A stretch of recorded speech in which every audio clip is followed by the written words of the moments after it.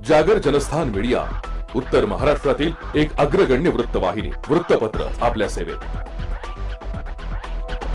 सांस्कृतिक, शैक्षणिक, सहकार, कृषी, कला, क्रीडा सर्वच क्षेत्रातील घटकांचा न्याय हक्कासाठी, जनजागृतीसाठी आम्ही घेऊन येत आहोत जागर जनस्थान ही आपल्या हक्काची वृत्तवाहिनी, वृत्तपत्र। Social media, print media, electronic media अशा सर्व माध्यमातून पोहोचवणार सर्वसामान्यांचा आवाज। उत्तर महाराष्ट्रातील जनतेच्या हक्काची एकमेव वृत्तवाहिनी जागर जनस्थान। जागर जनतेचा, जनतेसाठी सर्वसामान्यांच्या हक्काचा आवाज, जागर जनस्थान।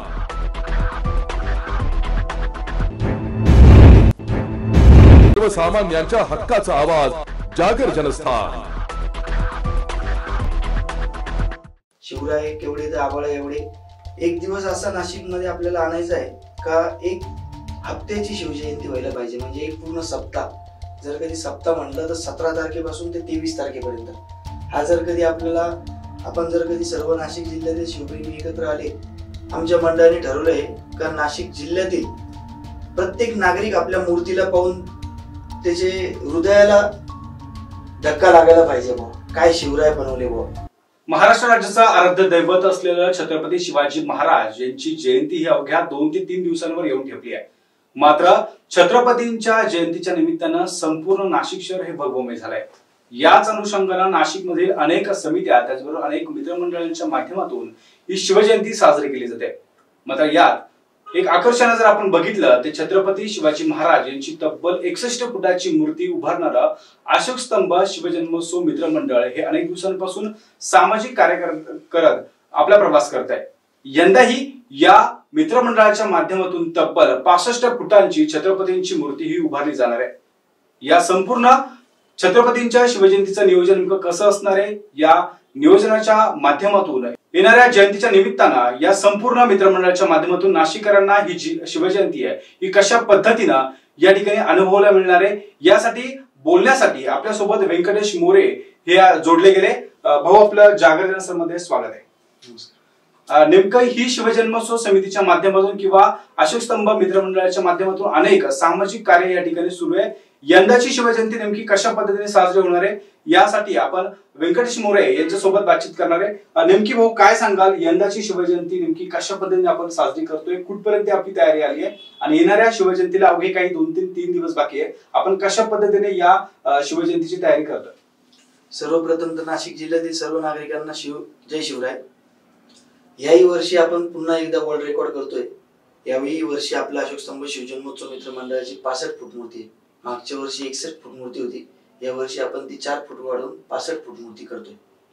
नेमकं काय सांगाल, काय आपण जो मागच्या वर्षीचा शिवजन्मोत्सव सोहळा जो आपण नाशिकमध्ये सर्व नाशिककरांनी अनुभवला, तब्बल 61 फुटाची मूर्ती आपण उभारली होती। नेमकं त्यामागचं कारण काय होतं, 61 फुटाची मूर्ती आपण उभारावी असं आपल्याला काय वाटलं? कारण अनेक कार्यक्रम घेऊन लोक शिवजयंतीसाठी नियोजन करत असतात, मात्र आपण 61 फुटाची मूर्तीच का त्यावेळेस आपण ठरवली? अशोक स्तंभ मित्र मंडळ म्हणजे ना, जेव्हा आपल्या भारताला स्वातंत्र्य भेटलं तेव्हापासून हे अशोक स्तंभ मित्र मंडळ आहे। आणि अशोक स्तंभ मित्र मंडळाने आजपर्यंत खूप छान छान डेकोरेशन, हलते चालते, म्हणजे पहिल्यांदाच नाशिक जिल्ह्यामध्ये गणपतीचं डेकोरेशन असेल तर गॉडझिला, डायनोसॉर असे सुद्धा डेकोरेशन केलेले। तर आमच्या मंडळाची खूप वर्षापासूनची इच्छा होती का एक दिवस असं करू आपण का शिवछत्रपतींची आपण 51 फूट मूर्ती बनवू, एक दिवस तरी असं आपण डेकोरेशन करू। मग ते आम्ही एक दिवस सर्वांनी ठरवलं आणि मागच्या वर्षी शिवजयंतीला 8 महिने आधी सर्वांनी ठरवलं का 51 फूट मूर्ती तयार करायची। पण ती आम्ही बनवायला गेलो 51 आणि ती झाली 61 फूट। आणि सर्वात म्हणजे महत्वाची गोष्ट म्हणजे जो मूर्तिकार आहे हितेश पाटोळे आणि भैया पाटोळे यांनी ती 61 फूट मूर्ती बिगर कॉम्प्युटरची बनवलेली, म्हणजे त्याचं लोकांना त्याची कला म्हणजे काही दिवसानंतर मला असं वाटतं तो खूप मोठं भारताकरता पण काम करायला पाहिजे, देशाकरता पण काम करायला पाहिजे असा कलाकार आहे। गरीब परिस्थितीतला कलाकार आहे, पण त्यांनी आपले शिवराय 61 फूट हे बिगर कॉम्प्युटरचे बनवले, याचे साक्षीदार आम्ही सर्वजण आहे। म्हणून यावर्षी मग आम्ही पुन्हा एकदा तीच मूर्ती 4 फूट वाढवून 65 फूट करतोय. 61 फुटाची मूर्ती जेव्हा आपण उभारली तिची नोंद थेट जागतिक पातळीवर झाली आणि आपणच आपलं रेकॉर्ड यंदा मोडताय आणि तब्बल 65 फुटाची मूर्ती आपण यावेळेस उभारणार आहे. नेमकं या संपूर्ण याच्यामध्ये आपण नेमकं काय हेतू डोळ्यासमोर ठेवलाय? आता या वर्षी आम्ही 65 फूट मूर्ती तर करतोय, पण त्याच्याबरोबर आम्ही मूर्ती बरोबर राजदंड 41 फुटाचा करतोय. 41 ते 51 फुटाचा हा राजदंड आहे. म्हणजे अजून 2 दिवसानंतर आम्ही सर्व साईजेस मोजणार आहे. राजदंडची असो, तलवारची असो, झगाची असो, पूर्ण धडची असो, या पायाची असो. पण 41 ते 51 फुटाचा राजदंड पण आहे. आणि याही वर्षी आमच्या मंडळाने ठरवलंय का नाशिक जिल्ह्यातील प्रत्येक नागरिक आपल्या मूर्तीला पाहून त्याचे हृदयाला धक्का लागायला पाहिजे. बुवा काय शिवराय बनवले बुवा, अशी कलरची मूर्ती पहिल्यांदाच आपण नाशिकमध्ये करतोय. एक दिवस असा नाशिकमध्ये आपल्याला आणायचा आहे का एक हप्त्याची शिवजयंती व्हायला पाहिजे. म्हणजे एक पूर्ण सप्ताह. जर कधी सप्ताह म्हटलं तर 17 तारखेपासून ते 23 तारखेपर्यंत हा जर कधी आपण जर कधी सर्व नाशिक जिल्ह्यातील शिवप्रेमी एकत्र आले, CP साहेबांना, नाशिकच्या कलेक्टर साहेबांना, या अशा वरिष्ठ सगळ्या अधिकाऱ्यांना विश्वासात घेऊन जर कधी आपण एक हप्त्याची शिवजयंती जर कधी आपण नाशिक जिल्ह्यामध्ये साजरी केली तर महाराष्ट्रामध्ये नाही तर पूर्ण जगाला चांगला मेसेज एक जाईल छत्रपती शिवाजी महाराजांच्या जयंतीनिमित्त. आणि त्या निमित्ताने सर्व शिवप्रेमी, या छत्रपती शिवाजी महाराज हे कुणी एका जातीचे नव्हते, हे सगळ्या जातीचे होते, त्यामध्ये काही शंका नाही. शिवराय केवढे तर आबाळा एवढे, त्यांचे विचार पण आबाळा एवढे होते. म्हणून आज त्यांना 382 वर्ष जरी झाले तरी लोक त्यांना हृदयात ठेवतात. आणि जोपर्यंत पृथ्वीवर मनुष्य आहे तोपर्यंत छत्रपती शिवाजी महाराज हे नाव राहणार, त्यात काही शंका नाही. आपण ही मूर्ती बनवताना किंवा आपण हा शिवजन्मोत्सव सोहळा आपण साजरा करतोय, नेमकं आपल्याला कोणाकोणाचं सहकार्य लाभतंय आणि आपण काय सांगाल? या संपूर्ण मागे एक टीम असते, पडद्यामागे टीम काम करते, त्यासाठी आपण नेमकं कशा पद्धतीने आपले सगळे लोक, सदस्य, मित्रमंडळाचे लोक काम करत आहेत? ह्याच्याकरता तर सर्व पहिले तर अशोक स्तंभ शिवजन्मोत्सव मित्र मंडळाचा प्रत्येक मुलगा, ह्याच्यामध्ये मी पण असेल, या लहान मुलगा पण असेल, यांचे सर्वांचे कष्ट. ह्याच्यानंतर जर कधी कला खूप मोठी असते. म्हणजे आपण एक बिल्डिंग बनवू शकतो, पण एक माणसाचं चित्र काढणं अवघड असतं, तसा तो कलाकार आहे. त्याचं खूप मोठं योगदान मूर्ती बनवणं म्हणजे. आणि तिसरं योगदान जर कधी आम्हाला सर्वांना एक विश्वास आणि एक उत्स्फूर्त ऊर्जा तसे आम्हाला मंडळाला लाभलेले डिंगोरे साहेब म्हणून, डिंगोरे डेकोरेटर्स त्यांचं काम आहे. तर या सर्वांच्या माध्यमातून ही नाशिक जिल्ह्याच्या मध्येच्या पॉइंटवर अशोक स्तंभ या ठिकाणी ही 65 फूट मूर्ती पुन्हा येणार आहे. आणि जर कधी राजकीय जर कधी आपण बोललो तर भारतीय जनता पार्टी, आमची कामगार आघाडी, या सर्वांचं आम्हाला मार्गदर्शन आहे. आणि या मूर्तीला मागच्याही वर्षी या मूर्तीला राजकीय लोकांनी भरभरून मदत केलेली, यात काय शंका काहीच नाही. म्हणजे दुमत पण काही नाही, मनापासून त्यांनी लोकांनी, आपल्या राजकीय लोकांनी नाशिक जिल्ह्यातल्या, मी प्रत्येकाचं नाव पण घेऊ इच्छितो, पण मी तुम्हाला एक सांगतो का आम्ही अशोक स्तंभ शिवजन्मोत्सव मित्र मंडळ हे लवकरच 3-4 महिन्याच्या आत, याच वर्षी आम्हाला शिवजयंतीला पुस्तक लॉन्च करायचं होतं, पण आम्ही थोडं लेट झालेलो आहे. आमच्या पुस्तकाचं नाव आहे श्री शिवछत्रपती केवढे ते आबाळा एवढे. तर या पुस्तकामध्ये आम्ही या मागच्या वर्षी 61 फूट मूर्तीला नाशिक जिल्ह्यातील राजकीय कोणी मदत केली हे सगळं आम्ही पुस्तकात देणार आहे. म्हणजे आपण मागच्या वर्षी जो शिवजयंतीचा कार्यक्रम घेतला, तो सर्व अनुभव आला, या सर्व नेमका अनुभवातून आपण हे पुस्तक जेव्हा आपण आता लोकांसमोर आणणार आहे, या पुस्तकात नेमकं काय असणार आहे, काय लोकांना एकंदरीत थोडक्यात सांगा? या पुस्तकामध्ये स्टार्ट टू एंड पूर्ण, म्हणजे 61 फूट मूर्ती बनली बुवा, ही काय अशीच नाही बनली, हिला जवळजवळ लागले वर्ल्ड रेकॉर्ड असं सहजासहजी नाही बनला. तो 7 ते 8 महिन्याचा कालावधी लागला. म्हणजे जर कधी आपण एखादा पिक्चर पाहतो, आता सैराट पिक्चर घ्या, सैराट पिक्चर हा प्रेमावरचा असून चालून गेला, रातोरात ते लोक स्टार झाले. तर शिवराय, छत्रपती शिवराय केवढे तर आबाळा एवढे आपल्या पुस्तकाचं नाव आहे. आणि त्यामध्ये म्हणजे आपण जर कधी तुम्हाला जवळच्या माणसा जर कधी एक ऍक्सिडेंट सांगतो, म्हणजे एक मूर्तिकार जेव्हा बरोबरच्या लोकांना जेवण आणायला जातो आणि ह्याच्यातून एक मेसेज पण देतो मूर्तिकार जेवण आणायला जातो आणि गाडीवर उभा असताना त्याला दारू पिलेले लोक ठोकून देतात आणि पायात बूट घातलेला असताना सुद्धा त्याचा अंगठाचा भुगा होतो. म्हणजे मूर्ती बनवायच्या वेळेस मागच्या वर्षी तर त्याच्यामुळे पण आपलं 1 महिना काम थांबलं होतं. त्याचं ऑपरेशन केलं, आपल्याला डॉक्टरांनी सुद्धा मदत केली, जिथं आपल्याला त्यांनी पाठवलं त्यांनी पण मदत केली. म्हणजे हा एकच ऍक्सिडेंट सांगितला मी. आपल्या पूर्ण पुस्तकामध्ये असे 10 ऍक्सिडेंट आहे, तेव्हा जाऊन ही 61 फीटची मूर्ती बनली. म्हणजे आपण जे बघतोय की जे वर्ल्ड रेकॉर्ड होतं ते सहजासहजी होत नाही. 61 फुटाची अर्धदैवत छत्रपतींची जी मूर्ती आपण बनवली, नेमकं ही मूर्ती 61 फुटाची बनवताना आपल्यासोबत अनेक महत्वाचे आपण हेतू घेऊन आपण ती मूर्ती बनवली असेल, अनेक अनुभव देखील आले असेल. आपण ते अनुभव नक्कीच त्या पुस्तकांमधून लोकांपर्यंत पोहोचवत आहे. पण आपण या शिवजन्मोत्सव समितीच्या माध्यमातून किंवा या सोहळ्याच्या माध्यमातून नागरिकांना काय आव्हान करणार? यंदाचा शिवजन्मोत्सव सोहळा नेमका आपला कसा असेल? यंदाचा शिवजन्मोत्सव सोहळा आपला खूपच छान आहे. नाशिक जिल्ह्यातील सर्व नागरिकांना आवाहन करतो, 18 तारखेला रात्री 12 वाजता आपण भव्य दिव्य शिवरायांचं आगमन करणार आहे. रात्री 12 वाजता आपण शिवरायांच्या आरतीने शिवरायांचं आगमन करणार आहे. आणि दुसऱ्या दिवशी पूर्ण 19 तारखेला सकाळपासून ते 7 वाजेपर्यंत दिवसभर लहान मुलांना वह्या वाटपाचा कार्यक्रम, सकाळी 7 वाजता जोडप्यांच्या आरतीचा कार्यक्रम, 12 वाजता आपल्या नाशिक जिल्ह्यातील जे जुने शस्त्र साठा वगैरे ठेवणारे ठाकूरजी त्यांच्या हातून दानपट्टा फिरवण्याचा कार्यक्रम व दिवसभर सगळ्या मान्यवरांचं आपण स्वागत करणार आहे. आणि रात्री 19 तारखेला रात्री आपण मान्यवरांच्या हस्ते आरती करणार. आपण हा शिवजयंतीचा कार्यक्रम करतो. आपण मागच्याच बघितलं का त्या शिवजयंतीच्या वेळेस एक अभूतपूर्व गर्दी नाशिककरांनी अनुभवली. अनेक नाशिककरांनी त्या ठिकाणी गर्दी केली होती. तब्बल 61 फुटाची मूर्ती आपल्या मोबाईलमध्ये त्यांनी फोटो काढण्यासाठी मोठी गर्दी केली किंवा अभिवादन करण्यासाठी ती गर्दी केली. यंदाचं आपलं नेमकं नियोजन कसं असेल? आपल्यासोबत नेमकं आपल्या सदस्यांना आपण नेमकं काय काय सूचना केल्या आहे की त्या ठिकाणी त्या दिवशी नेमकं आपलं नियोजन मंडळाच्या माध्यमातून नेमकं कसं असणार? आम्हाला स्वतःला एवढं वाटलं नव्हतं का एवढी गर्दी होणार आहे मागच्या वर्षी, पण या वर्षी आम्ही सगळ्या मंडळाचे 150 ते 200 सर्व सदस्यांना आम्ही सांगितलेलं आहे का पूर्ण आपण प्रत्येक गोष्टीची काळजी घ्यायची. म्हणजे जेवढी पण गर्दी आली त्याच्या आजूबाजूला सर्व आमच्या मंडळाचे सदस्य राहतील. आम्ही त्यांना सगळ्यांना ASM ग्रुपचे ID बनवलेले हे सगळ्यांना देणार आहे. तिथं जेवढी आपले म्हणजे पोलीस प्रशासनाला जेवढी आपल्याकडून मदत करता येईल तेवढी आम्ही सर्व स्वयंसेवक म्हणून करणार आहोत. तिथं अध्यक्ष असो का उपाध्यक्ष असो का कोणी पण असो, हे सगळे त्या दिवशी तिथं स्वयंसेवक म्हणून राहणार. आपण परिसरातील अनेक लोकांना आपण सोबत घेऊन शिवजयंती करतोय.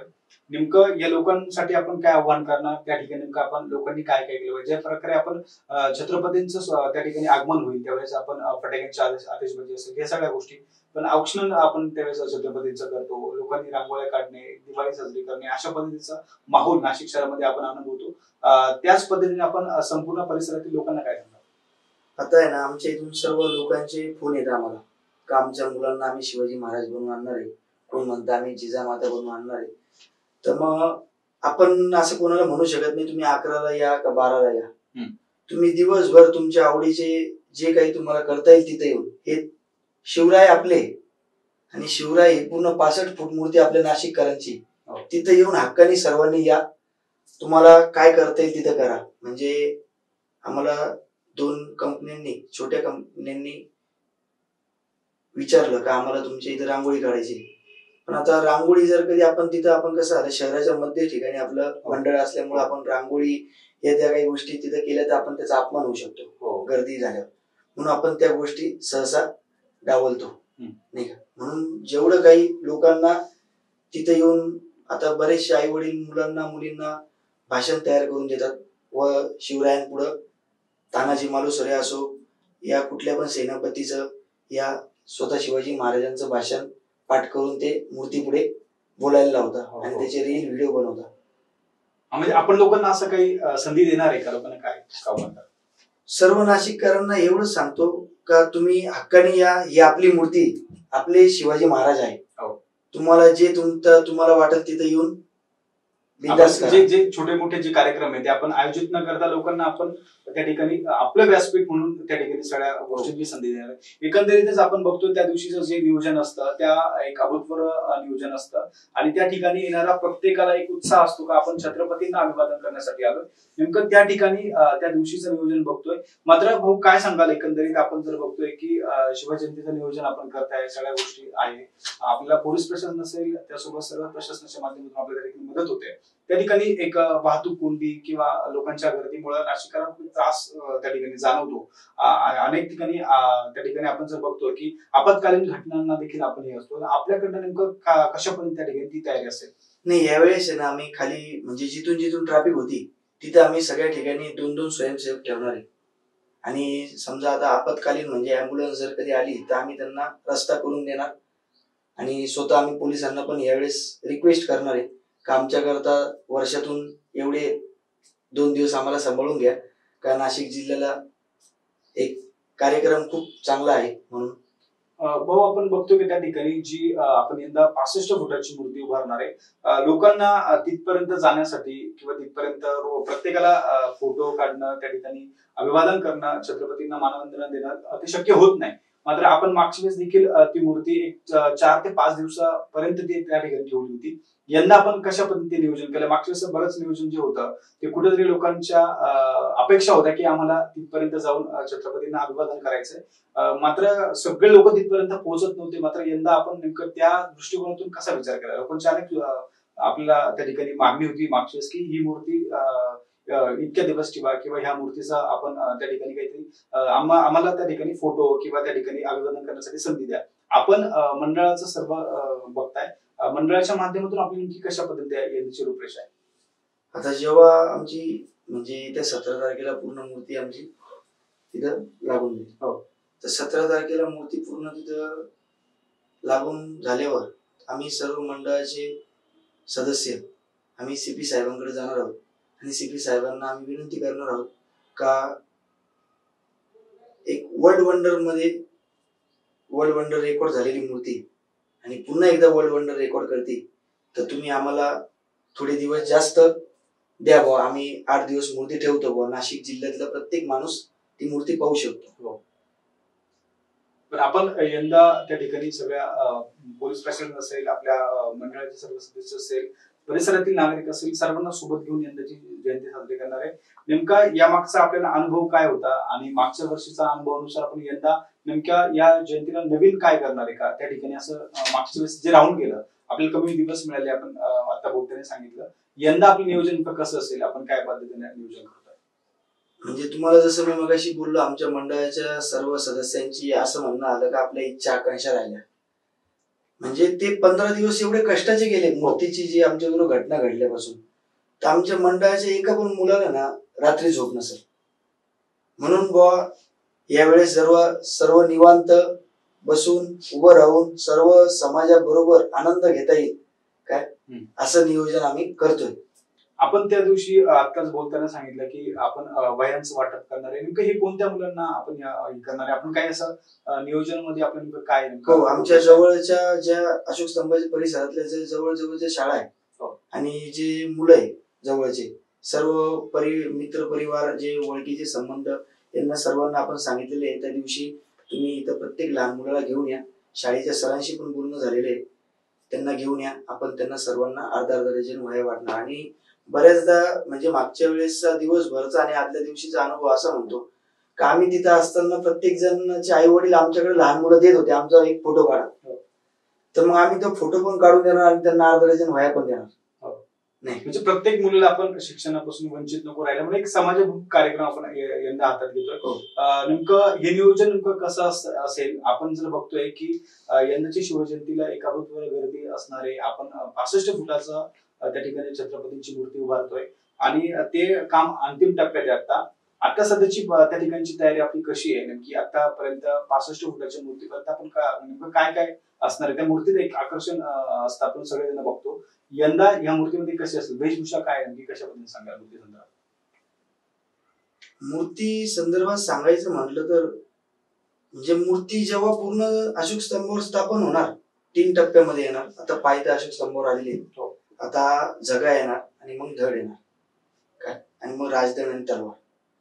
मूर्ती जेव्हा पूर्ण तिथं स्थापन होणार ना, आकर्षण हेच आहे का प्रत्येकाचे डोळे जसे मुंबईला गेल्यानंतर, जसे जुने लोक म्हणायचे मुंबईला गेल्यानंतर वर पाहिल्यावर टोपी पडते मराठी माणसाची, पण इथं टोपी न पडता प्रत्येक माणसाला वाटेल ही आपली शिवराय आहे, हे आपला अभिमान आहे, स्वाभिमान आहे, अशी मूर्ती तर राहणार.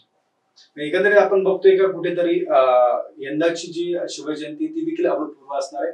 आपण अनेक गोष्टी त्यांना विचारल्या, मात्र येणारा जो शिवजन्मोत्सव सोहळा आहे तो नेमका कशा पद्धतीने असेल ह्या सर्व नाशिककरांनी त्याच दिवशी अनुभवावा आणि सर्व नाशिककरांना त्या ठिकाणी येऊन त्या दिवशी कोणतीही त्या ठिकाणी कमी भासणार नाही अशी व्यवस्था मंडळाच्या सर्व सदस्यांच्या माध्यमातून त्या ठिकाणी असणार आहे. एकंदरीत सर्व नाशिककरांना त्या ठिकाणी येण्यासाठी जे काही नवीन आपल्या सूचना असतील, नवीन त्या ठिकाणचे काही कार्यक्रम असतील ते स्वतः आपलं मंडळ म्हणून आपण त्या ठिकाणी आपले छत्रपती म्हणून त्या ठिकाणी करावे असं देखील त्यांनी यावेळी बोलताना सांगितलंय. सर्व नाशिककरांना पुन्हा एकदा सर्व नाशिककरांसोबतच संपूर्ण उत्तर महाराष्ट्रातील आपल्या जागर जनस्थानच्या प्रेक्षकांना शिवजयंतीच्या शुभेच्छा. भाऊ, आपण वेळात वेळ काढून आम्हाला वेळ दिला त्याबद्दल आपले धन्यवाद आणि नक्की आपल्याला या वर्ल्ड रेकॉर्ड साठी आमच्या देखील तुम्हाला भरभरून शुभेच्छा. धन्यवाद. अडवतकर ज्वेलर्स म्हणजे आपल्या विश्वासाचं प्रतीक. अडवतकर ज्वेलर्स घेऊन आलाय आपल्यासाठी खास ऑफर. सोने आणि चांदीच्या खरेदीवर हमखास ऑफर फक्त अडवतकर ज्वेलर्स या ठिकाणी. तर वाट कसली बघताय, नक्की भेट द्या अडवतकर ज्वेलर्सला. आमचा पत्ता अडवतकर ज्वेलर्स, अगोरा कमर्शियल कॉम्प्लेक्स कॉर्नर, नाशिक 2. अधिक माहितीसाठी संपर्क क्रमांक 0253 2578 544.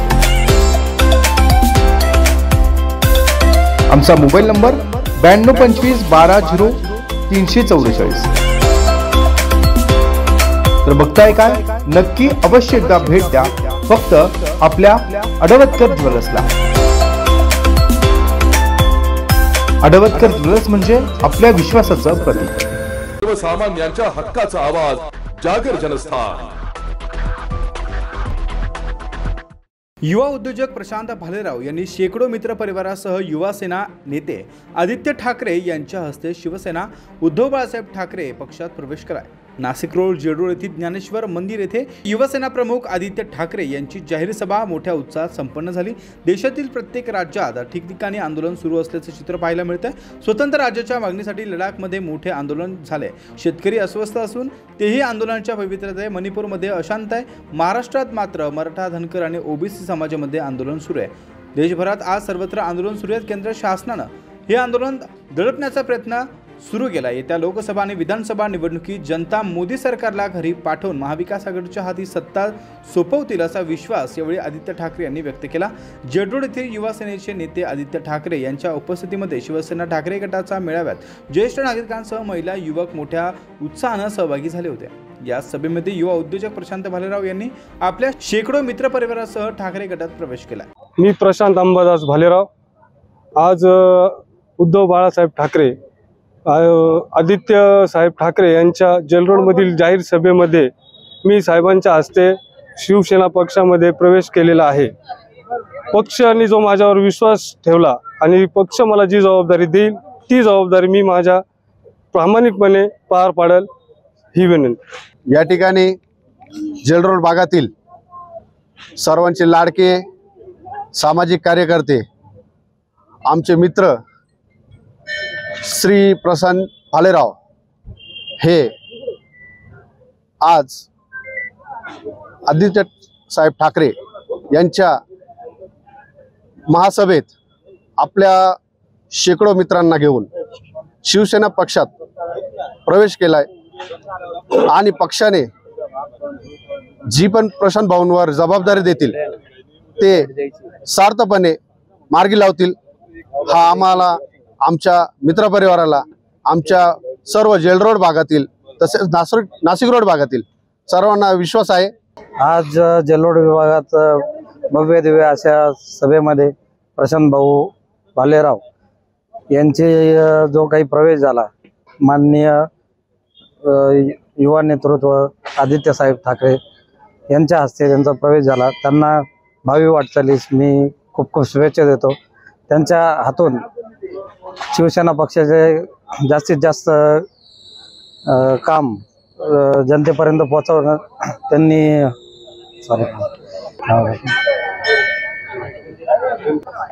जनतेपर्यंत त्यांनी पक्षप्रमुखांचं काम तसंच युवा नेतृत्व आदित्य साहेब यांचं काम जनतेपर्यंत पोहोचावं ही मला त्यांना विनंती करतो. तसेच प्रभाग प्रमुख या नात्याने मी त्यांचं खूप खूप स्वागत करतो. त्यांनी असंच पक्षाची ताकद वाढवण्यामध्ये योगदान द्यावे ही त्यांच्याकडून मी अपेक्षा बाळगतो. युवा उद्योजक प्रशांत भालेराव यांचा नाशिक रोड जेट रोड परिसरात व्यवसायाच्या माध्यमातून मोठा मित्रपरिवार आहे. दादासाहेब गायकवाड सभागृह येथे बहुजन युवा शक्ती लखनौ इंदू चौधरी यांच्या हस्ते युवा उद्योजक म्हणून छत्रपती शाहू महाराज पुरस्कारानं सन्मानित त्यांना करण्यात आलं. विविध सामाजिक कामात प्रशांत भालेराव यांचे उल्लेखनीय कामे.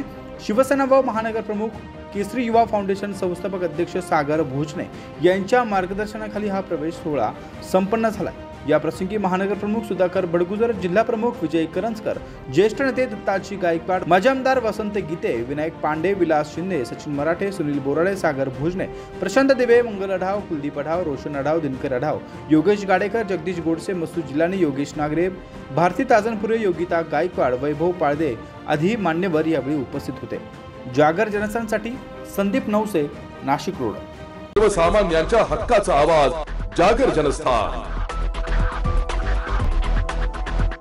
लोकसभा निवडणुकीचे वारे वाहू लागले. यामुळे संपूर्ण लोकसभा निवडणुकीच्या माध्यमातून सध्या अनेक पक्षांकडून उमेदवारांची देखील चाचपणी ही सुरू झाली आहे. याच अनुषंगाने आगामी लोकसभा निवडणुकीसाठी दिंडोरी लोकसभा मतदारसंघातून देखील राष्ट्रीय काँग्रेस पक्षाने आपली दावेदारी सांगण्याचं बघायला मिळत आहे. राष्ट्रीय काँग्रेसकडून वाघ यांनी आपली उमेदवारी ही निश्चित असून पुढील लोकसभा निवडणुकीसाठी मी मतदारांसाठी आणि लोकसभा मतदारसंघाचा विकास करण्यासाठी येणाऱ्या निवडणुकीमध्ये उमेदवारी करणार असल्याचं त्यांनी सांगितलंय.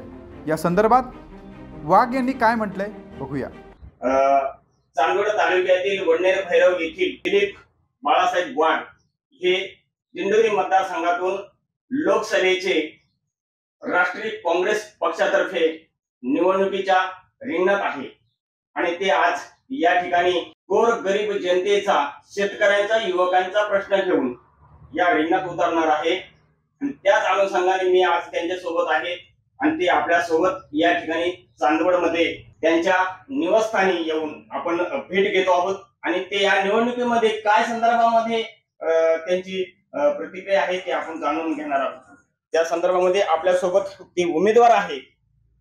सर, तुम्ही लोकसभा मतदारसंघाच्या निवडणुकीसाठी रिंगणात आहे, काय सांगा? नमस्कार. मी प्रथम माझा परिचय आपल्या या प्रसार माध्यमाच्या माध्यमातून करून देतो. माझे नाव दिलीप बाळासाहेब वाघ, राहणार वडनेर भैरव, तालुका चांदवड, जिल्हा नाशिक. बर, आता ह्या उमेदवारीमध्ये तुमचा जनतेपुढे दिंडोरी मतदारसंघामध्ये नागरिकांपुढे काय आव्हान राहणार आहे आणि तुमचा अजेंडा काय राहणार? माझं आव्हान आणि अजेंडा अशा प्रकारे आहे की गेल्या 10 वर्षामध्ये या भाजप सरकारने जी काही पहिल्यांदा नोटबंदी केली, त्याच्यानंतर आत्ता 7 डिसेंबरला कांदा निर्यात बंदी केली, तसेच मागे टोमॅटोचे नाफेडच्या माध्यमातून खरेदी करून टोमॅटोचे भाव पाडले, सोयाबीनचे भाव पाडले, असे खूप अनेक प्रश्न आहे. त्या प्रश्नांना मी माझ्या खांद्यावर घेऊन जबाबदारीनं मी सगळ्यांच्या समोर त्या प्रश्नांचे मांडणी करीत आहेत आणि या भाजप सरकारला आपण हद्दपार केलं पाहिजे हे मी म्हणण्यापेक्षा सर्वसाधारण जनता आणि शेतकरी यांची सगळ्यांची ही चर्चा आहे. त्याच अनुषंगाने आम्ही आता प्रचाराच्या हिशोबाने चाललंय आमचा. या संदर्भामध्ये तुम्ही कुठल्या राजकारणाशी संपर्क किंवा कशा पद्धतीने तुम्हाला हे वाटलं तुम्ही आज राजकारणात जावा, काय सांगा? राजकारणाचं जर सांगायचं झालं तर वडील माझे राजकारणामध्ये एक काँग्रेस पक्षाचे सक्रिय कार्यकर्ते या दिंडोरी लोकसभा मतदारसंघातील चांदवड देवळा जो विधानसभा मतदारसंघ आहे त्याच्यामध्ये काँग्रेस पक्षाचे सक्रिय कार्यकर्ते असल्याने आणि मी पण गेल्या 10 ते 15 वर्षापासून चांदवड किंवा दिंडोरी लोकसभा मतदारसंघातील जे काही राजकीय इव्हेंट आहे त्याच्यामध्ये मी सक्रिय पद्धतीने सहभाग घेतो आणि त्या हिशोबाने मी आज कामकाज करतो. गेल्या कित्येक दिवसापासून चांदवड या ठिकाणचे जे दिंडोरी मतदारसंघाचे उमेदवार असतील किंवा तालुक्याचे उमेदवार असेल, परंतु हे चांदवडच्या आपल्या पुणेगाव कालवा आणि मांजरपाडा या क्षेत्रावरच राजकारण करतात. या संदर्भात काय सांगा? नक्कीच गेल्या 10-15 वर्षात आपण बघितलं भाजपचा उमेदवार आपण या ठिकाणी निवडून देतो, पण चांदवड तालुका, येवला तालुका, नांदगाव तालुका हा खऱ्या अर्थाने मतदारसंघाचा पूर्व भाग आहे आणि इथं खऱ्या अर्थाने सिंचनाचा प्रश्न आजही मार्गी लागलेला नाही. आजही तुम्ही बघा पाण्याची काय परिस्थिती आहे. आम्ही ज्या वेळेस चांदवड, येवला, नांदगाव आता दौऱ्याच्या निमित्तानं गेलो तर आज रोजी उभं असलेलं पीक शेतकऱ्यांनी सोडून दिलेलं आहे. कांदा असेल, सोयाबीन असेल, अशा खूप मोठ्या अडचणींना शेतकरी आज सामोरं जात आहे. तर हाच आमचा प्रश्न आहे की शेतकऱ्यांनी आता तरी जागं झालं पाहिजे. तर भाजप सरकार फक्त घोषणा करतं, कार्यात आज रोजी त्यांची शून्यता आहे. युवकांच्या संदर्भात काय सांगा तुम्ही? युवक आज एवढे शिक्षण कल्ले फिरतात, काय सांगा? युवकांना रोजगाराचा प्रश्न खूप अतिशय अडचणीचा आहे. कारण आता जी आर्मीची जी काही भरती झाली होती ती फक्त 3 वर्षासाठीच ठेवलेली आहे. आता सरकारमध्ये सामावून घेण्याची त्यांची इच्छा नाही आहे. युवकांना UPSC, MPSC स्पर्धा परीक्षांच्या आतापर्यंत परीक्षा झाल्या तर त्याच्यामध्ये ज्यांना पोस्ट मिळाल्या ते अजून कोणी रुजू झालेले नाही, अशी सुद्धा काही परिस्थिती या ठिकाणी झालेली आहे. आणि एकंदरीत जर समजा तुम्हाला जर राष्ट्रवादी काँग्रेसची जर उमेदवारी मिळाली तर ह्या दिंडोरी मतदारसंघाचा विकास करा? हो, नक्कीच. पण मला आता इथं असं सांगायचं आहे की आम्ही इंडिया आघाडीतील घटक पक्ष म्हणजे राष्ट्रीय काँग्रेस पक्षाच्या वतीनं उमेदवारी मागत आहे आणि जर इंडिया आघाडीने मला जबाबदारी दिली तर मी नक्कीच उमेदवारी करीन आणि हे सगळे जे काही सिंचनाचा प्रश्न, रोजगाराचा प्रश्न आणि शेतकऱ्यांचा जो आज रोजी जो मुद्दा आहे, कांदा निर्यात बंदीमुळे जे काही हाल अपेष्ट शेतकऱ्यांचे होते, नक्कीच मी त्यांना न्याय देण्याचा प्रयत्न करेन. एकंदरीतच या ठिकाणी जे दिंडोरी मतदारसंघाचे उमेदवार होते त्यांच्याशी आपण बातचीत केली. येणाऱ्या संपूर्ण घडीला ते सामोरे जाण्याचे असे त्यांनी या ठिकाणी आवाहन केलेले. चांदवडहून जागर जनस्थानसाठी देवीदास जाधव, चांदवड. सर्वसामान्यांच्या हक्काचा आवाज, जागर जनस्थान. नाशिक शहरातील नामांकित नाट्यगृह असलेल्या कालिदास कला मंदिरात पुन्हा एकदा वातानुकूलित यंत्रणेसाठी जवळपास महापालिका 1.5 कोटींचा खर्च करणार असल्याची माहिती समोर येते. त्यासोबतच महासभेत हा प्रस्ताव देखील पाठवण्यात आलाय. महापालिकेकडून सांस्कृतिक कार्यक्रमांना व्यासपीठ म्हणून कालिदास कला मंदिर नाट्यगृहात मोठ्या प्रमाणात दुरुस्ती करण्यात आली. महापालिकेत मनसेची सत्ता असताना कला मंदिराची दयनीय अवस्था झाली होती. मनसे अध्यक्ष राज ठाकरे यांच्याकडे मराठी कलाकारांना गाऱ्हाणं मांडलं होतं. त्यानंतर कालिदास कला मंदिराचा ऊर्जा अवस्था या ठिकाणी होऊन 8 कोटी रुपये खर्चून कालिदास कला मंदिर तयार करण्यात आलं होतं. मात्र कालांतराने 3 कोटींनी खर्च वाढवून जवळपास 11 कोटी रुपये नूतनीकरणासाठी खर्च झाले होते. संगीत व्यवस्था, वातानुकूलित यंत्रणा बसवणे, आरामदायी खुर्च्या या सुधारणा करण्यात आल्या होत्या. मात्र कालांतराने नवीन तयार झालेल्या सुविधांबद्दल तक्रारी सुरू झाल्या. या यंत्रणेवर खर्च करून वर्ष होत नाही तोच आता पुन्हा विद्युत विभागानं 1,40,00,000 रुपये वातानुकूलित यंत्रणा दुरुस्तीसाठी खर्चाचा प्रस्ताव महासभेत मान्यतेसाठी सादर केलाय. एकंदरीतच कालिदास कला मंदिरात तब्बल 1.5 कोटींची खर्चाची महापालिकेकडून तयारी सुरू आहे. जागर जनस्थानसाठी शुभम बोडके पाटील, नाशिक. सर्वसामान्यांच्या हक्काचा आवाज, जागर जनस्थान. नाशिक जिल्ह्यातील शिवसेनेचे उपनेते माजी मंत्री बबनराव घोलप यांनी शिवसेनेच्या प्राथमिक सदस्यत्वाचा राजीनामा देऊन लवकरच ते शिंदे गटात प्रवेश करणार असल्याच्या चर्चांना उधाण आलंय. माजी मंत्री बबनराव घोलप यांनी उद्धव ठाकरे यांना एक पत्र लिहून त्यामध्ये मी शिवसैनिक या पदाचा राजीनामा देतोय असा उल्लेख केला। त्यामुळे नाशिकमध्ये ठाकरे गटाला एक मोठा धक्का बसला। बबनराव घोलप हे शिंदे गटात प्रवेश करणार असल्याच्या चर्चा आता सुरू झालाय। शिवसेनेचे नेते माजी मंत्री बबनराव घोलपांचा ठाकरे गटाला जय महाराष्ट्र करण्यात आला। शिंदे गटाच्या वाटेवर असलेले बबनराव घोलप यांचा लवकरात लवकर शिंदे गटात प्रवेश होईल असं देखील चर्चा आता विश्वसनीय सूत्रांच्या माध्यमातून मिळते। माजी मंत्री बबनराव घोलप हे शिर्डी लोकसभा मतदारसंघातून इच्छुक होते, मात्र ठाकरे गटाकडून भाऊसाहेब वागचौरे यांना उमेदवारीचे संकेत देण्यात आले। त्यामुळे नाराज असलेल्या बबन घोलप यांनी काही दिवसांपूर्वी मुख्यमंत्री एकनाथ शिंदे यांची देखील भेट घेतली होती आणि अशातच आता त्यांनी प्राथमिक सदस्यत्वाचा राजीनामा दिलाय। बबनराव घोलप यांची शिर्डी लोकसभा मतदारसंघाचे संपर्क प्रमुख पद हे देखील ठाकरे गटाकडून काढून घेण्यात आलं होतं। तेव्हापासून ते नाराज असल्याची चर्चा रंगू लागल्या होत्या। याआधी त्यांनी आपल्या उपनेते पदाचा देखील राजीनामा दिलाय, मात्र त्यांचा हा राजीनामा नाकारण्यात आला होता।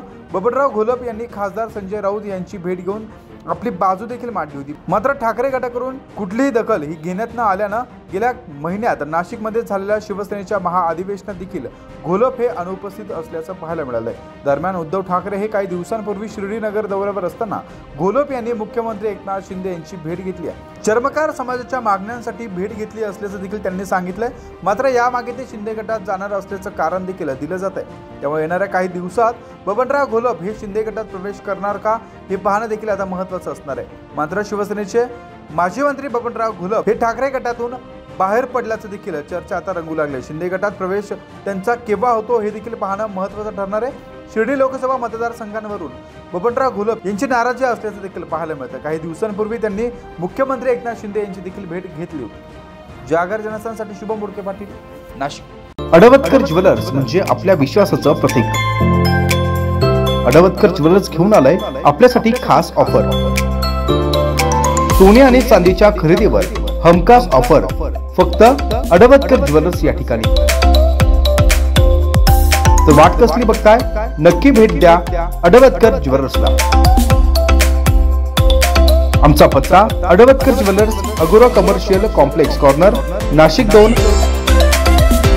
अधिक माहितीसाठी संपर्क क्रमांक 0253 25 78 544। आमचा मोबाईल नंबर 9225 12 0 344। तर बघताय काय, नक्की अवश्य एकदा भेट द्या फक्त आपल्या अडवतकर ज्वेलर्सला। अडवतकर ज्वेलर्स म्हणजे आपल्या विश्वासाचं प्रतीक। सर्वसामान्यांच्या हक्काचा आवाज, जागर जनस्थान। श्री छत्रपती शिवाजी महाराज यांच्या जयंतीनिमित्तानं राष्ट्रवादी काँग्रेस पार्टीच्या वतीनं संपूर्ण राज्यात शिवस्वराज्य सप्ताहाचं आयोजन करण्यात आलं असून याच्या अकोल्यातील 7ही तालुक्यात सदर सप्ताह युवा आघाडी, महिला आघाडी, अल्पसंख्याक सेल तसेच सर्व पदाधिकारी व कार्यकर्त्यांच्या वतीनं जिल्ह्यातील सर्व विद्यालय, महाविद्यालयामध्ये विविध स्पर्धा घेऊन छत्रपती शिवाजी महाराजांचे चरित्र नागरिकांपर्यंत पोहोचणार असून यात रांगोळी स्पर्धा, चित्रकला स्पर्धा, गीत स्पर्धा आदींचा समावेश असणार असल्याची माहिती राष्ट्रवादी काँग्रेस पार्टीचे जिल्हाध्यक्ष कृष्ण अंधारे शिवस्वराज्य सप्ताहानिमित्त आयोजित पत्रकार परिषदेमध्ये बोलत होते। अकोल्यातील शासकीय विश्रामगृह येथे राष्ट्रवादी काँग्रेस पार्टीच्या वतीने शिवस्वराज्य सप्ताहानिमित्त जिल्हास्तरीय बैठक व पत्रकार परिषद संपन्न झाली।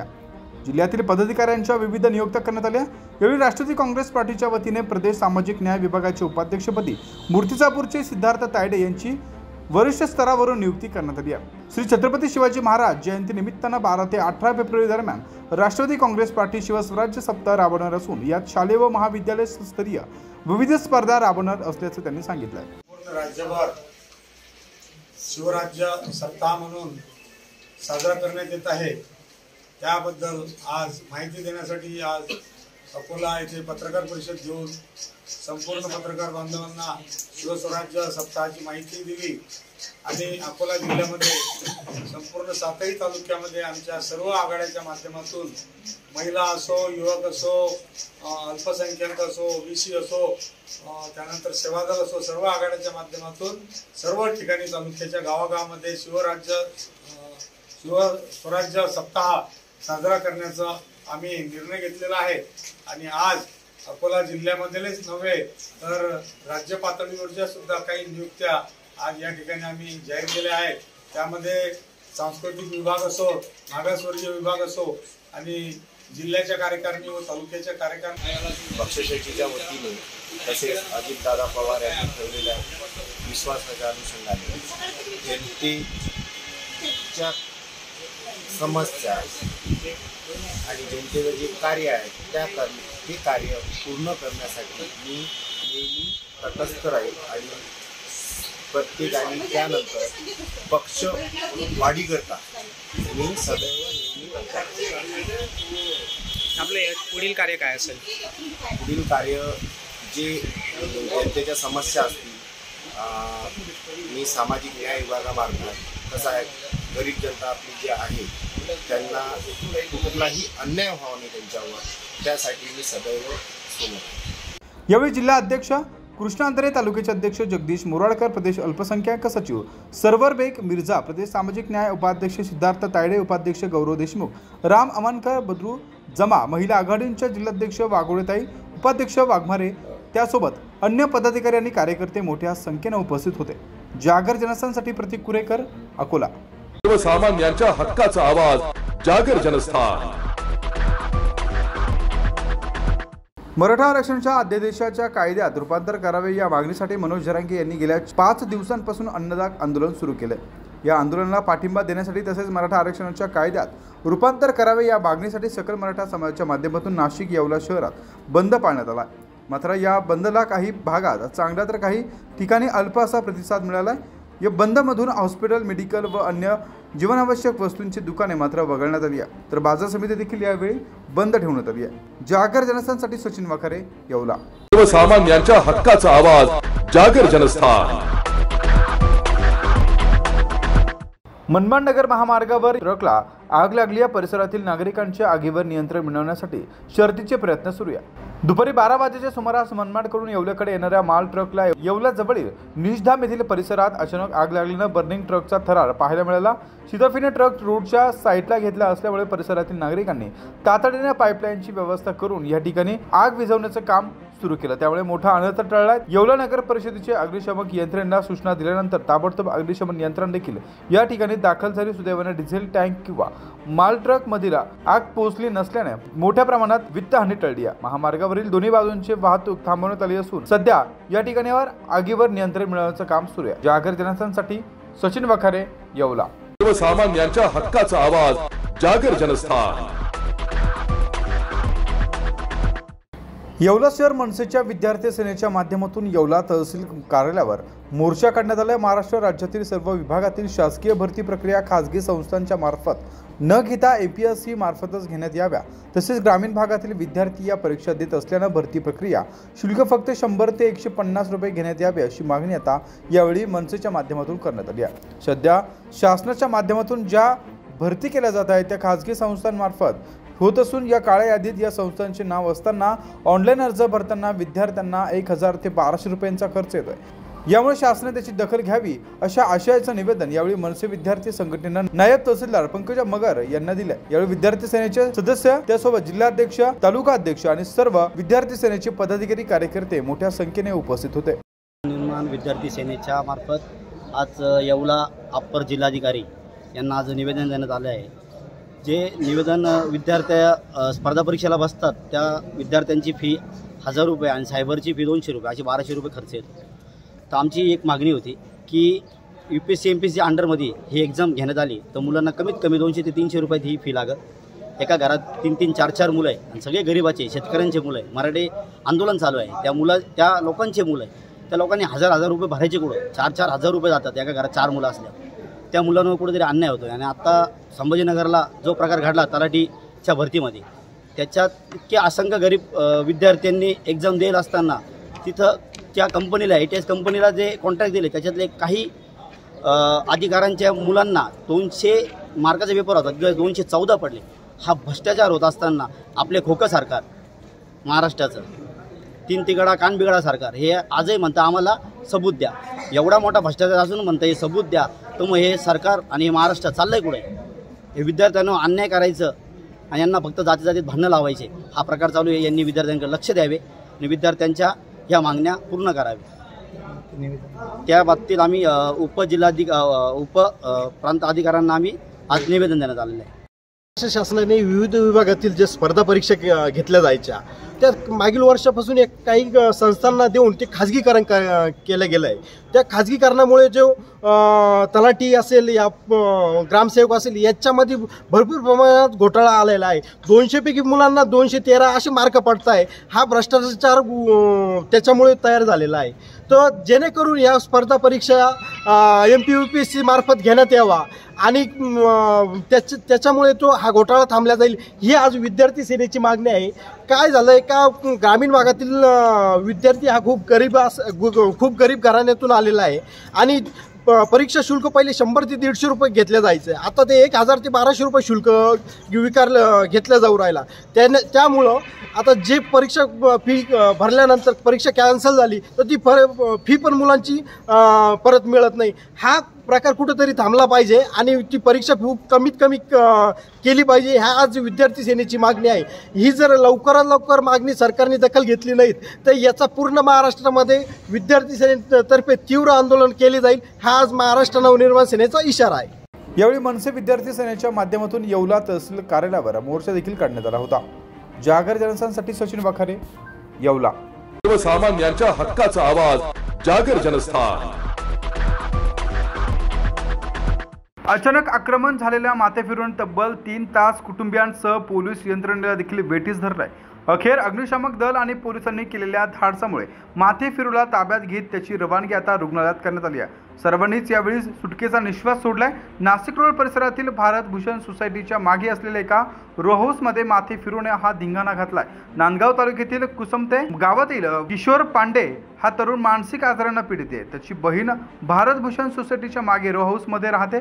पांडेला उपचारासाठी बहिणीकडे ठेवण्यात आलं होतं. बुधवारी मध्यरात्रीपासून अचानक या तरुणाने आरडाओरड करत धिंगाणा घालायला सुरुवात केली होती. सकाळी मात्र तो पुन्हा सामान्य व्यक्तींप्रमाणे वावरत असल्याने घरातले लोक निर्धास्त झाले होते. मात्र अचानक सकाळी 10:30 पासून पुन्हा त्याने रो हाऊस मधील वरच्या मजल्यावरील खोल्यांचे दरवाजे आतून बंद केले. मोठमोठ्याने आरडाओरड सुरू केला. घरातील सामानांची तोडफोड करत संपूर्ण घरातील वस्तू त्यांनी फेकून देत या ठिकाणी धिंगाणा घातल्याचं पाहायला मिळालं. मी आता एका तासात स्वतःला संपून टाकणार असे मोठमोठ्याने तो बोलू लागला. त्याच्या या वागण्याने कुटुंबीय देखील घाबरून गेले होते. त्यांनी आजूबाजूच्या लोकांना जमा करून त्यांची समजूत घालण्याचा प्रयत्न केला असता लोकांच्या अंगावर देखील घरातील वस्तू फेकत जीवघेणीने हल्ले सुरू केले. पण तो ऐकण्याच्या मनस्थितीत नसल्याने घरच्या मंडळींनी नाशिक रोड पोलिसांना संपर्क केला.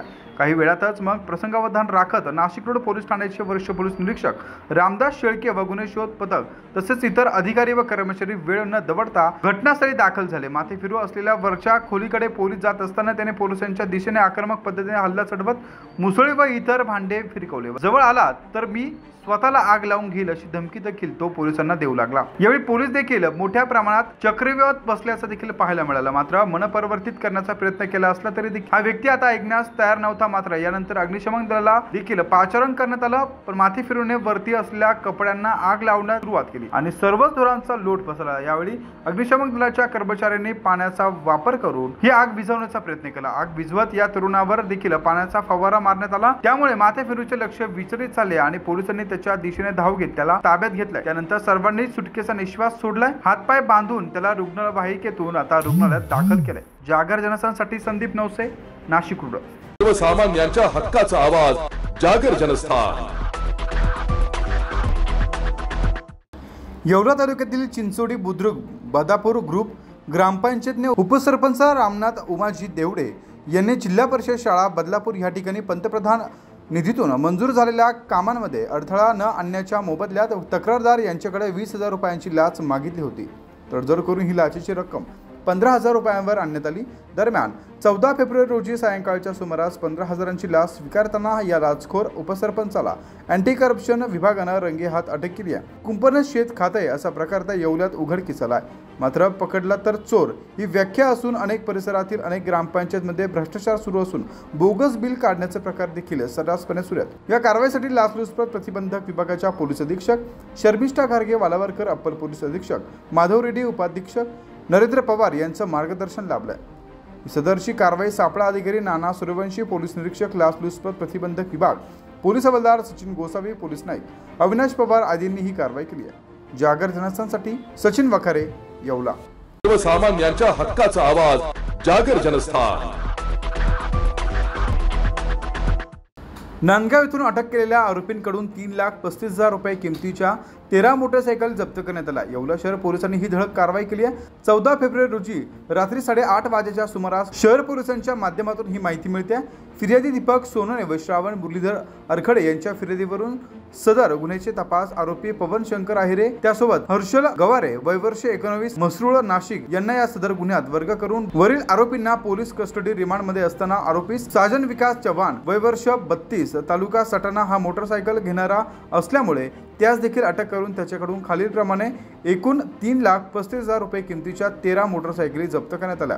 गुन्ह्याचा तपास पोलीस अधीक्षक ग्रामीण विक्रम देशमाने, अप्पर पोलीस अधीक्षक अनिकेत भारती, उपविभागीय पोलीस अधिकारी सोहिल शेख यांच्या मार्गदर्शनाखाली पोलीस निरीक्षक विलास पुजारी यांच्या सूचनेने पोलीस उपनिरीक्षक दिनेश लोखंडे, पोलीस शिपाई चंद्रशेखर मोरे, अंकुश हेंबाडे, गणेश पवार, बाबा पवार, खैरनार या संपूर्ण पथकाने हा तपास केला। दिनांक 24/12/2023 रोजी येवला शहर पोलीस स्टेशन येथे ग्रे मेटॅलिक रंगाची होंडा शाईन मोटरसायकल चोरी केल्याबाबत एक फिर्याद दाखल झाली होती। त्या फिर्यादीनुसार CR नंबर 480/23 गुन्हा रजिस्टर नंबर IPC 379 प्रमाणे एक मोटरसायकल चोरीचा गुन्हा 26/12/2023 रोजी दाखल करण्यात आलेला होता। सदर गुन्ह्याच्या तपासादरम्यान येवला शहर पोलीस स्टेशनचे प्रभारी अधिकारी व त्यांच्या टीमने यामध्ये तपास करून 4 आरोपी यामध्ये अटक केलेले आहे आणि त्या 4 आरोपींकडून 13 मोटरसायकली या जप्त करण्यात आलेल्या आहे आणि पुढील तपास आता सध्याला चालू आहे। नांदगाव येथून अटक केलेल्या आरोपींकडून तब्बल लाखो रुपयांचा मुद्देमाल हा पोलिसांनी हस्तगत केला। जागर जनस्थानसाठी सचिन वाखारे, येवला। सर्वसामान्यांच्या हक्काचा आवाज, जागर जनस्थान। मिल रहे थे तो अभी आगे क्या परिणाम होगा मुझे मालूम नहीं, लेकिन हिस्टोरिकल डिसीजन जरूर है वो। सर, राज्यसभा के लेकर आज जो नॉमिनेशन यहाँ पर हो रहे हैं वो उसमें प्रफुल्ल पटेल को लेकर सबसे ज्यादा सवाल उठाए जा रहे हैं कि उनका टेन्योर अभी बाकी था, लेकिन बावजूद उसके उनको पार्टी कैंडिडेट बना के नॉमिनेशन फाइल कराया गया है। इसको किस तरीके से देखते हैं? वो तो उनका आपस का मामला है, खुद का व्यक्तिगत, और आपस वो पार्टी है, अलग पार्टी तैयार हुई है तो उनका डिसीजन वो है।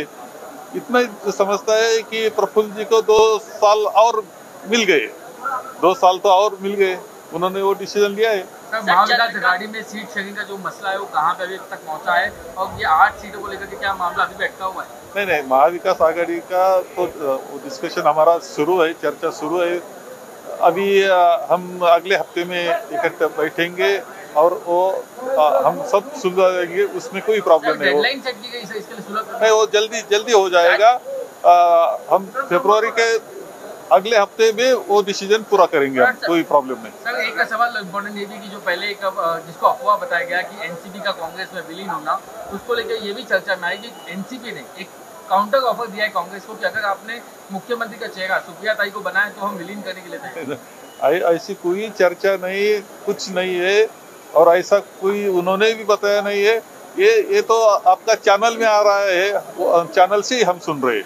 लेकिन ऐसी चर्चा जो पहले बाकी जब अलग होने के गुट को अलग होने के लिए कही जाती थी, लेकिन बाद में वो सच होती थी, तो ऐसा तो नहीं इस बार भी आप ऐसा ये बिल्कुल सच नहीं है। सर, चंद्रकांत जो नामांकन की प्रक्रिया है नॉमिनेशन की वो चल रही है, इससे पहले कांग्रेस के विधायकों की मीटिंग बुलाई गई थी, कितने विधायक शामिल हुए, कितने विधायक? हमारे सभी विधायक जो है वो हमारे साथ में, कोई प्रॉब्लम नहीं है। जो 2-4 लोग नहीं थे तो किसी के घर में शादी है, किसी के अलग प्रॉब्लम है, कुछ बीमार है, थोड़ा ऐसे प्रॉब्लम है, वो मेरी परमिशन लेके यहाँ नहीं थे।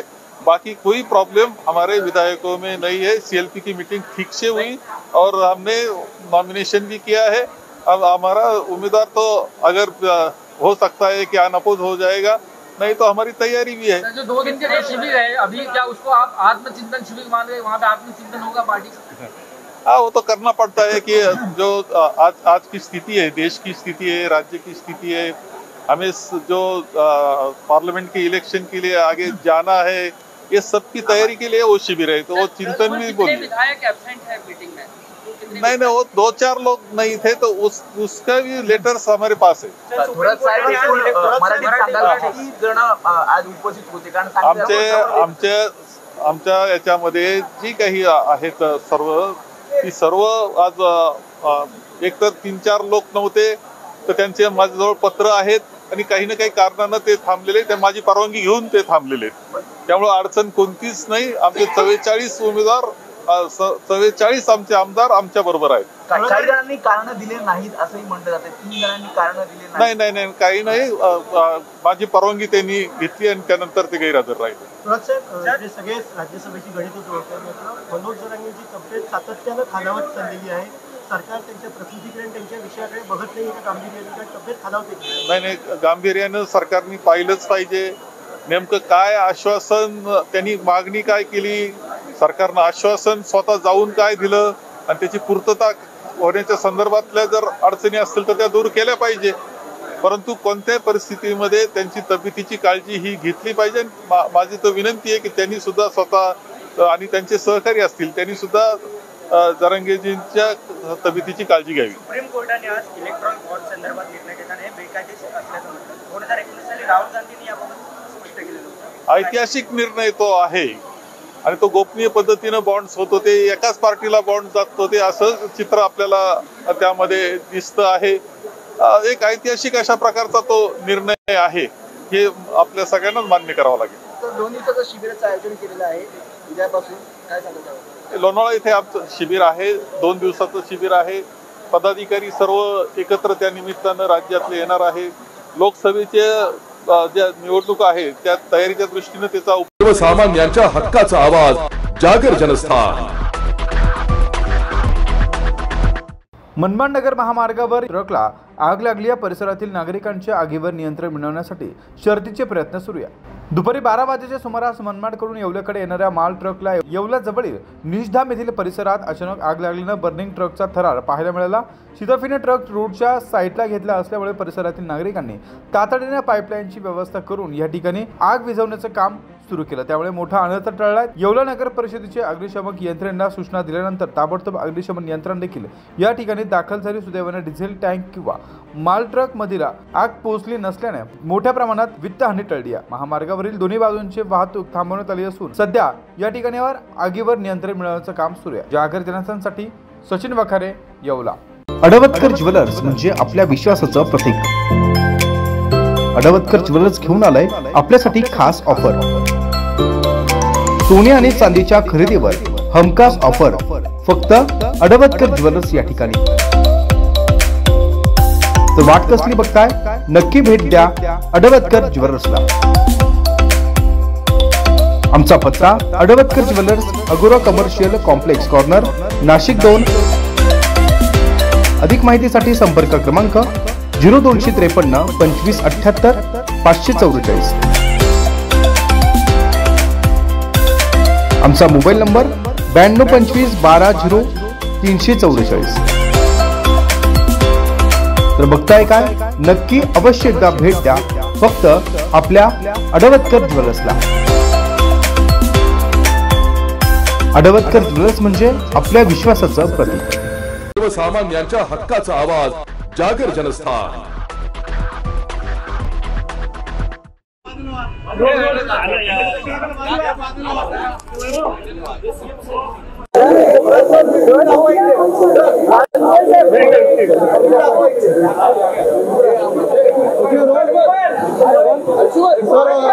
एकंदरीत 3 वाजेला अवघ्या काही मिनिटांचा अवधी आहे। 6 उमेदवारी अर्ज आलेले आहेत। निवडणूक बिनविरोध होताना दिसते। मी कालही सांगितलं होतं की भारतीय जनता पार्टीकडे आमचे 3 उमेदवार निवडून येतील एवढे मतं आहेत। राष्ट्रवादी काँग्रेसकडे अजितदादाकडेही तेवढे मतं आहेत, एकनाथजीकडेही तेवढे मतं आहेत आणि काँग्रेसकडे आहे, त्यामुळं फार संघर्ष होणार नाही। निवडणूक बिनविरोध होईल असं चित्र कालही होतं, आजही आहे आणि मला वाटतं ही बिनविरोध होणार असं दिसत आहे। पण चर्चा हीच आहे की भाजपनं ठरवलं असतं तर 4था उमेदवार देऊ शकले असते, मग तो का नाही दिला? नाही, सर्वात जवळ मला वाटतं मताचा कोटा असल्यामुळं आणि मला वाटतं की जर कोटा आहे सर्वांचा तर त्यामध्ये अधिक चुरस निर्माण करण्यामध्ये फार काही कुणाला रस नाही असं मला वाटतं. कशाला चुरस हटावे, आता 7 फॉर्म आहे ना.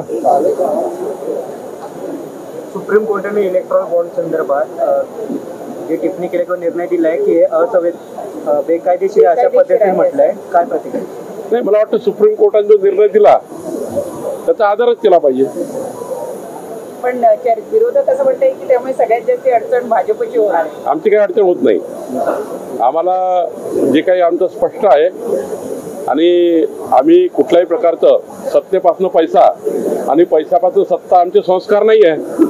ज्यांचे संस्कार आहे सत्तेपासून पैसा आणि पैशापासून सत्ता त्यांना फरक पडतो, आम्हाला काही फरक पडत नाही.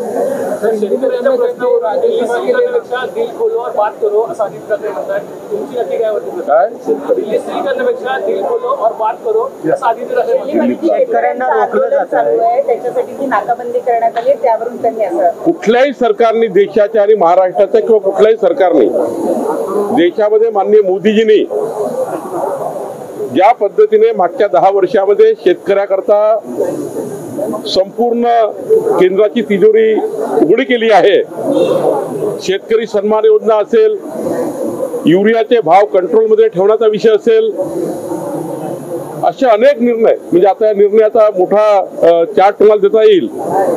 पण मोदीजींच्या सरकारने जी मोदीजींनी गॅरंटी दिली होती त्या गॅरंटीप्रमाणे आणि मोदीजींनी जो मॅन्युफॅक्चर दिला होता, जाहीरनामा दिला होता शेतकऱ्याकरता, त्या जाहीरनाम्याप्रमाणे संपूर्ण तिजोरी केंद्र सरकारने शेतकऱ्याकरता उघडी केली आहे. आणि आता परवाही माननीय मोदीजींनी संसदेमध्ये शेतकऱ्याकरता, शेतमजुराकरता केंद्राचं सरकार हे पूर्ण शेतकऱ्याच्या पाठीशी आहे, मोदीजींची गॅरंटी आहे. आणि त्यामुळं शेतकऱ्यांना जे काही आंदोलनकर्ते आहेत त्यांना लवकरच त्या ठिकाणी त्यांचं मनाचं समाधान होईल असं मला वाटतं. सर, एकीकडे निवडणूक अर्ज भरून झालेले आहेत, मात्र दुसरीकडे काँग्रेसने एक बैठक बोलवली होती. 8 ते 9 आमदार आहेत ते गैरहजर होते या बैठकीला. काय संदेश यातून जाईल नेमका? मी सांगितलं आहे, काही दिवसानंतर काँग्रेस पार्टीने किती बैठक घेतल्या त्यांच्या कोर कमिटीची बैठक बंद होणार आहे. कोर कमिटी घेता येणार नाही, एवढे सुद्धा लोक राहणार नाही अशी स्थिती. कारण राहुल गांधी हे आपला पक्ष सांभाळू शकत नाहीये, राज्यातले नेते हे पक्षाच्या कार्यकर्त्यांना न्याय देत नाहीये, आमदार असंतुष्ट आहेत, त्यांना कुणाचा आधार नाही आहे. आणि त्यामुळं खरं तर मोठा त्या ठिकाणी असंतोष काँग्रेस पक्षामध्ये आहे. आणि म्हणून पुढच्या काळामध्ये जसं जसं मोदींचं वादळ येईल महाराष्ट्रामध्ये, जसे जसे निवडणुका येतील तशा आपल्याला दिसेल की काँग्रेस पार्टीचे अनेक लोक, अनेक कार्यकर्ते हे काँग्रेस पक्ष सोडून जातील. आज गावागावामध्ये बूथवर सुद्धा काँग्रेस पार्टीचे लोक सोडतायत, जिल्ह्यामध्ये लोक काँग्रेसला सोडतायत. आणि उद्याच्या काळामध्ये मोठे पक्षप्रवेशाचे बॉम्ब ब्लास्ट सुद्धा या महाराष्ट्रात बघायला मिळतील. काँग्रेसचे एवढे नेते भाजपमध्ये येत आहेत तर भाजपचं नाव बदलून भारतीय जनता काँग्रेस पार्टी असं ठेवावं लागेल. नाही, आमच्या पक्षात जे लोक येत आहेत त्याकरता आम्ही स्पष्ट सांगितलं आहे, मोदीजींनी विकसित भारताचा संकल्प केला आहे आणि त्या संकल्पाला साथ देण्याकरता जो भारतीय जनता पार्टीच्या विचारधारेवर काम करण्याकरता, आमचे संस्कार, संस्कृती, विचारधारा या आधारित काम करण्याकरता, काल काय केलं मला माहिती नाही, पण पक्षात प्रवेश झाल्यावर मात्र आमची जे विचारधारा आहे त्या विचारधारेवर काम करण्याकरता जो कोणी येईल त्याकरता आमचा दुपट्टा तयार आहे. आम्ही पक्षप्रवेश देणार आहोत.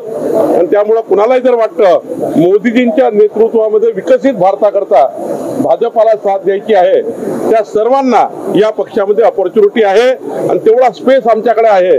कुणाही कार्यकर्त्या आमच्या अन्याय होणार नाही. आमच्याकडे भरपूर स्पेस आहे, भरपूर त्या ठिकाणी जागा आहेत ज्यामध्ये आम्ही नवीन लोकांनाही सामावून घेऊ शकतो, जुन्याचाही सन्मान करू शकतो, नवीन लोकांना प्रोत्साहन देऊ शकतो. याकरता काही त्या ठिकाणी कुठेही शंका नाही आहे. बिन विरोध इलेक्शन होंगे, आप कह रहे हैं, मतलब बीजेपी और एक उम्मीदवार देने नहीं वाले हैं? भैया कल ही मैंने स्पष्ट किया है, कल ही बोला है कि सबके पास अपना अपना मैंडेट कोटा है। वो कोटा जब है तो क्यों भाई ये चुनाव में पूरा ये निर्माण कंपटीशन निर्माण करने का है, क्यों चुनाव में इस प्रकार से और ये करना है। तो मुझे लगता है सबके पास कोटा है, तो उसके हिसाब से 6 फॉर्म आए हैं और मुझे लगता है चुनाव बिनविरोध होगा, ऐसा दिखता है मुझे।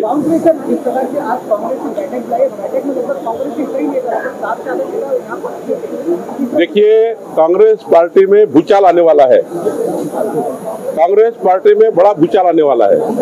आपने देखा होगा केंद्र का नेतृत्व राहुल गांधी रोज ओबीसी का अपमान करते हैं, ओबीसी समाज का अपमान करते हैं, बार बार मोदी जी का अपमान करते हैं। मोदी जी को विश्व ने कहा है, आज मोदी जी विश्व के सर्वोत्तम नेता के माध्यम से आपने सर्वेक्षण देखे होंगे, इस विश्व के 78% लोग मोदी जी को सर्वोत्तम नेता कहते हैं। 150 के ऊपर देश कहते हैं सबसे अच्छा प्रधानमंत्री है। ऐसे में राहुल गांधी उनको जाति को लेकर, ओबीसी समाज को लेकर जिस प्रकार से हर बार राहुल गांधी जिस प्रकार से ओबीसी का अपमान करते हैं, तो ये अपमान कोई ओबीसी व्यक्ति या महाराष्ट्र सहन नहीं करेगा। इसलिए कांग्रेस पार्टी से ओबीसी और सारे समाज के लोग कांग्रेस पार्टी को छोड़ेंगे और बड़ा भूचाल इस कांग्रेस पार्टी में आएगा, ऐसा मुझे लगता है।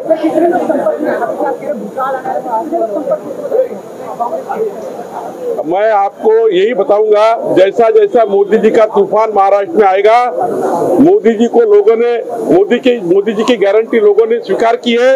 आत्मनिर्भर भारत का संकल्प मोदी जी ने किया है, विकसित भारत का संकल्प मोदी जी ने किया है और मुझे गारंटी है मोदी जी की गारंटी इतनी बड़ी है, कांग्रेस पार्टी में भूचाल आएगा और ऐसा भूचाल आएगा चुनाव लड़ने के लिए भी उनके पास उम्मीदवार नहीं मिलेंगे।